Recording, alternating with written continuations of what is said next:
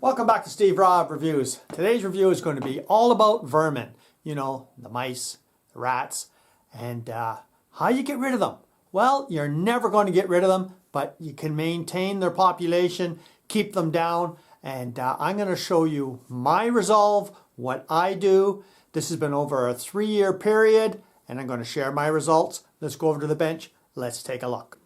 Okay, so let's just take a look. We'll start off right here with the Arm & Hammer baking soda, and I've got it pre-measured out here, just a little bit less than 2 cups, and here's a measuring cup here, so just less. I put about maybe a 1/4 of an inch less than the full cup, a little bit less than 2 cups in here. And then we've got the peanut butter, and I got 4 just ordinary disposable water bottles, and I got some cooking instruments here, and I have a water kettle, and underneath the water kettle, well, all I've got is a tin can. I'm going to explain all this to you. Let's get started right now. Okay, so while the kettle's boiling, I just thought I'd bring up some items here for you, and the first item is going to be the peanut butter. So I'm just going to put a little bit of a picture in here of how much I paid for the peanut butter, so you can get an idea how much all this stuff costs. And so the next picture we're going to go to is, well, we're going to take a look at the baking soda. Okay, so there's a picture of the baking soda, and you get 10.7 pounds for $15. Okay, so I didn't do that. I just got the one box, cost me $2.79. But like I say, this product is very, very cheap, and that's a 2-kilogram box. So yeah, it's not very expensive. So what is the whole purpose of this video? Let's just take a look at this here first. Okay, so a simple Google search. How long will mice live after eating baking soda? Mice or rats die in 24 to 36 hours when exposed to baking soda due to its strong alkalinity. Okay, so that's the whole idea of the video, is to reduce the amount of vermin you have where you are. And let's just have this boil up, and then I'll show you exactly how I make it with the peanut butter and the baking soda, how easy it is to do, and how I actually, well, present this in a manner that for over 3 years now has been working fantastic. Okay, so the kettle's all boiled up. All I did was put the peanut butter in the pot, pour some hot water in here.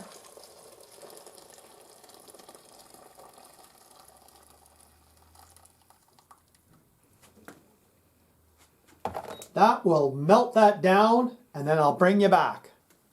Okay, so here we are. I got the water emptied out of the pot, and I transferred it to this small little pan here. I put some hot water in there, and you just empty this out.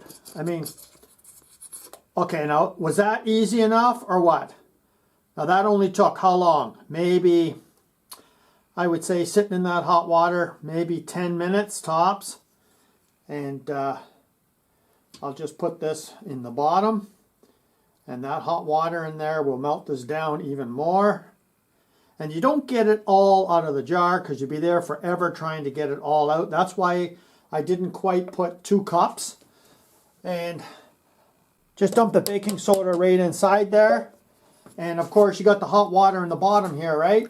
And all you do is just stir it up and make sure that it comes to a really nice thick consistency. Now it's going to take a little bit of time. You got to keep on stirring. That's why I got the hot water in the bottom, to absorb it all. And then after I got it all stirred up, well, I'll bring you back. Okay, so here we go. For all of you that are thinking about doing this, we'll just do the first one here, and then we'll go on to the next one. It does get quite runny. I'm doing this out in the garage, but for all of you, yeah, you can just do it in your kitchen on the stove, and heat up the peanut butter till it gets good and runny. You don't have to be a mad scientist with it. It's a little bit messy, but it does the job. Okay, I'll bring you back and I'll show you what it looks like when it cools down. Okay, so there we are. And let's just take a look at exactly where I'm going to put these, because once these cool down, what I do is I stick them in the freezer and I use them starting in the late fall. And that's the important thing. And as you can see, they are still quite liquidy a bit, but they will harden right up in about a half an hour once they cool right down. But that's it right there. And this is, like I said, my third year of trying this. So I'm going to put in a picture of where I'm putting this. Okay, so this is a picture of my little shop up in Northern Ontario. And I used to always get mice in my little shop. And of course, in there over the winter time, I've got my diesel tractor, my ATV, and my lawn tractor. And I'll tell you something, one time I went up there and I found a great big mouse nest right on the intake of the tractor. And you know, that's not a good thing, right? Because these things, they could be chewing on the wires, they could be doing all kinds of damage to your electrical system. And so I just put one underneath that little garage there. And the first year, when I come back in the springtime, all the peanut butter was gone. The second year, when I went up there, only half of it was gone. So I know that I've been cutting back on the amount of vermin in my area. There's no rats where I am, it's all mice, and that's what I've been trying to reduce, is the amount of mice. And well, it's been working out fantastic. And the next picture is right here, my little wood pile.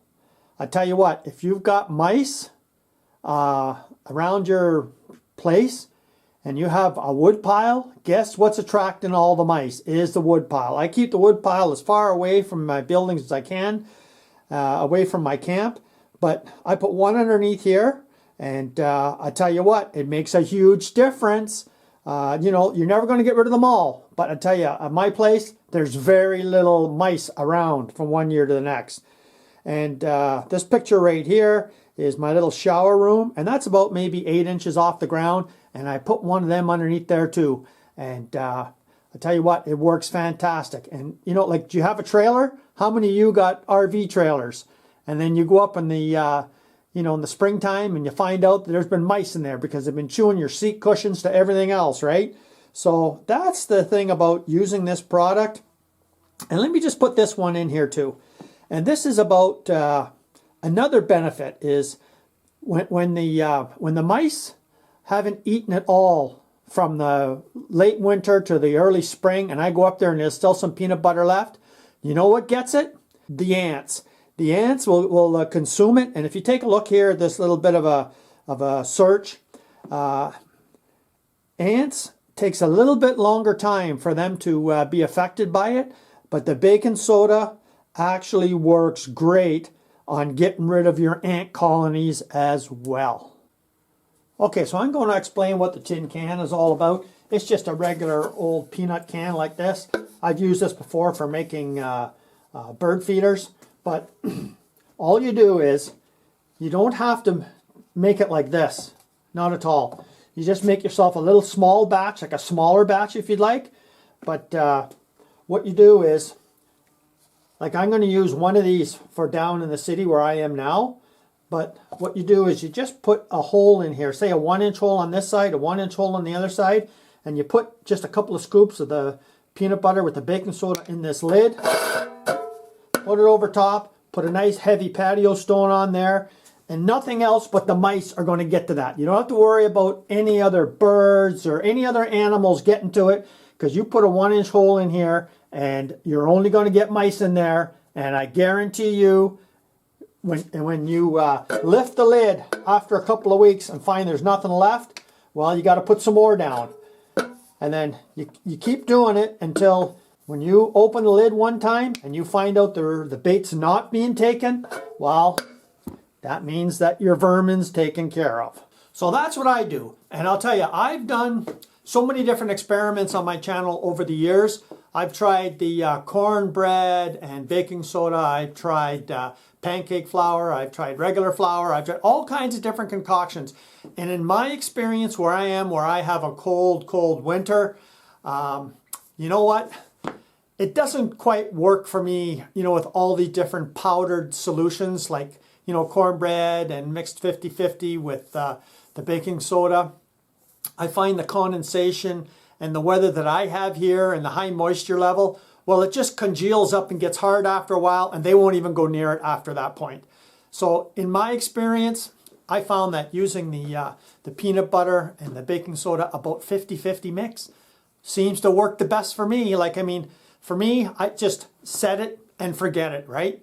And you can tell that it's being eaten because when you come back in the springtime, yeah, the first year, all gone. Second year, wasn't all gone. And I'm expecting this year to do the same thing, where by the fall, they've kind of settled out where they're going to be over the winter time. It's not like mice and rats, don't go like 5 miles and go all over the place, right? They're very local. They stay very local to their terrain. They don't wander like miles away back and forth. So it's not like you're getting stray mice from a mile away, right? They're only really local where you are. And that's what I want to do, is cut down on the local vermin. And for me, this has been working fantastic. Give it a try yourself if you like. And try the can idea. If you're doing this in the city so you don't want no other animals to go near it, well, that's an option as well. So thanks for joining me here today. Come back again. If you haven't seen this channel before, you're welcome to subscribe and see some more interesting things that I do every week. Cheers.